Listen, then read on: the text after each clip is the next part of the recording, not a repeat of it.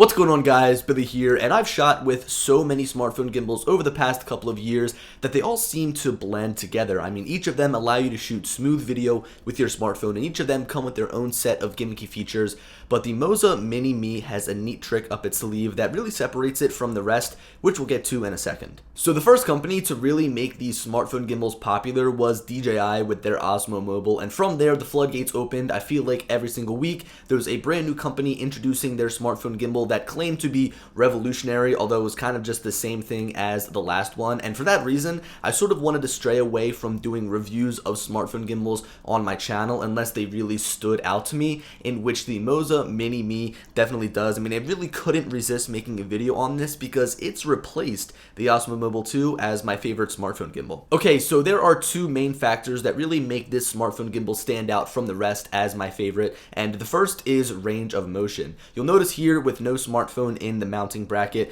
that the gimbal is able to fully rotate around 360 degrees. It can also hold the phone in two different directions by simply swinging the arm over the top, so whatever is more comfortable to you, having the camera on the left or the right side of the gimbal, you get the choice. The only limitation that we face is pitching the smartphone up or down. Because of this little knob on the front, we can't fully spin our phone around on the gimbal. With all of these companies pushing out their new smartphone gimbals, as I said, with these gimmicky features, range of motion is like the #1 thing that could make me like a smartphone gimbal more than the others, just because it allows you to get so many different shots. It doesn't feel limiting by the weak motors, or I guess by the motors that don't allow you to use the full range of motion. I mean, on some of these other smartphone gimbals, like the Osmo Mobile 2 behind me, it has a little nub that actually restricts the camera, or I guess the gimbal, from spinning the phone all the way around 360 degrees, which kind of sucks. Now, I don't want to sit here and compare which gimbal can move more in each direction because I don't want to turn this into a full comparison video,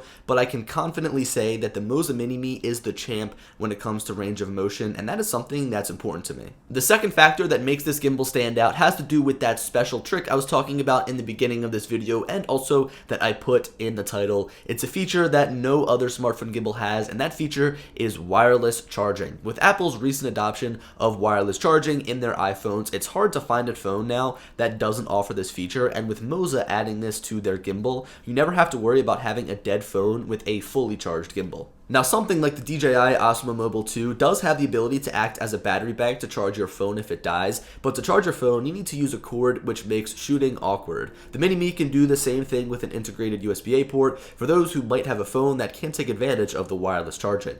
You can also charge up your gimbal using the micro USB port on the bottom, as charging your phone and shooting will deplete the battery faster. The good thing about this is you have the option to turn wireless charging off by double tapping the power button if your phone has enough battery and you don't want to drain the gimbal's battery more quickly. I also want to give a quick shout out to MOZA for putting the micro USB charging port on the bottom of the handle of the entire gimbal, so it's easy to shoot while charging instead of putting it like right where I rest my hand.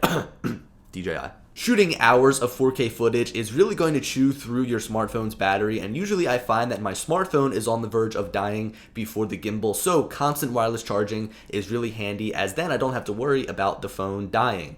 Now, that and full range of motion are like the two things I really wanted to go over in the beginning of this video, because they're like the two things, again, that make this gimbal stand out amongst the rest. But now what I want to do is go over some of the other things that you guys probably want to know, like build quality, specs, and also some sample footage, so let's get into that. Now, if you guessed that the Mini-MI was made of plastic, then you would be 100% correct, but that doesn't mean that it's cheap feeling at all. The all-plastic build is found in almost all smartphone gimbals today and keeps the cost as well as the overall weight down. The front side of the gimbal is where basically everything goes down, so we have the power button on the right side, which again, double press that to turn wireless charging on and off. A joystick used for movement of the gimbal, which is flanked by two status LEDs, one of which shows battery life while the other shows the status of each gimbal axis, and finally we have a whole gang of buttons towards the center. In conjunction with the app, you can use these buttons to do things like take photos, shoot videos, switch between different modes, zoom in or out, and a bunch of other things, but most of them require to use the MOZA app, which I'll get to later. Now, there are a few button combinations that I want to highlight, as they can be used regardless of which app you're using with the Mini-MI. So on the dial wheel, a double press of the left button locks the yaw axis, so it is always facing forward, while the triple press of the button locks the pitch axis, further keeping the gimbal in place. Another useful shortcut is triple clicking the bottom button of the dial wheel to spin the camera around towards the operator. This takes advantage of the 360-degree rotation, as you can now, say, shoot vlogs with the back camera, which is always better than that front-facing camera. To bring the camera back to center, we can double press the bottom button, which is helpful if your gimbal is pointed in a weird direction and you quickly want it to be faced forward. Now, there is one feature that I find pretty cool. It's called Inception Mode, and we can get to it by triple clicking the top button of the dial wheel. It essentially points the smartphone upwards, so you can then change your grip of the gimbal and get this cool rotating shot. This is something that other gimbals don't let you do, and I'm a sucker for companies implementing new features instead of just copying old ones like Active Track or panoramas. Another neat thing to note about this gimbal is the multiple mounting points that are located in different locations. There are 4 to be exact, one on the bottom of the handle, one on the back side of the handle, and 2 on either side of the smartphone mount. These little 1/4-inch mounting threads can be used to mount microphones, lights, tripods, I mean really anything that you want. You can put together something pretty cool and then use it to then shoot better video. Now, speaking of tripods, inside of the case, the MOZA Mini-MI does come up with a small little mini tripod, and it's great to prop it up when you aren't using it, and it works as a great handle extension when shooting. This lets me get more control with my 2 hands spread further apart than right on top of each other on the handle of the gimbal. The one thing that stood out to me about the design of the gimbal is the larger handle. It's fatter compared to the DJI Osmo Mobile 2 and the Zhiyun Smooth 4, and I thought that this would have resulted in a larger battery, but it actually comes right in the middle in terms of capacity out of these 3, which can be a problem if you want to charge up your dead phone wirelessly while shooting all day. Back to that fat wide handle, it's actually pretty comfortable to hold. My hand fits on the grip with ease and gives me areas to rest my thumbs when I'm not using the buttons or the joystick on the front. So that's basically all that I've got in terms of hardware and design of the MOZA Mini-MI. It's great, I like it, it's nothing too crazy, it's nothing too fancy, it gets the job done, and also that full range of motion is really why I like this gimbal the most out of all of the ones that I've used. Alright, so I want to go over software really quickly. I figured I'd discuss it in this video. So here is the application used along with the MOZA Mini-MI.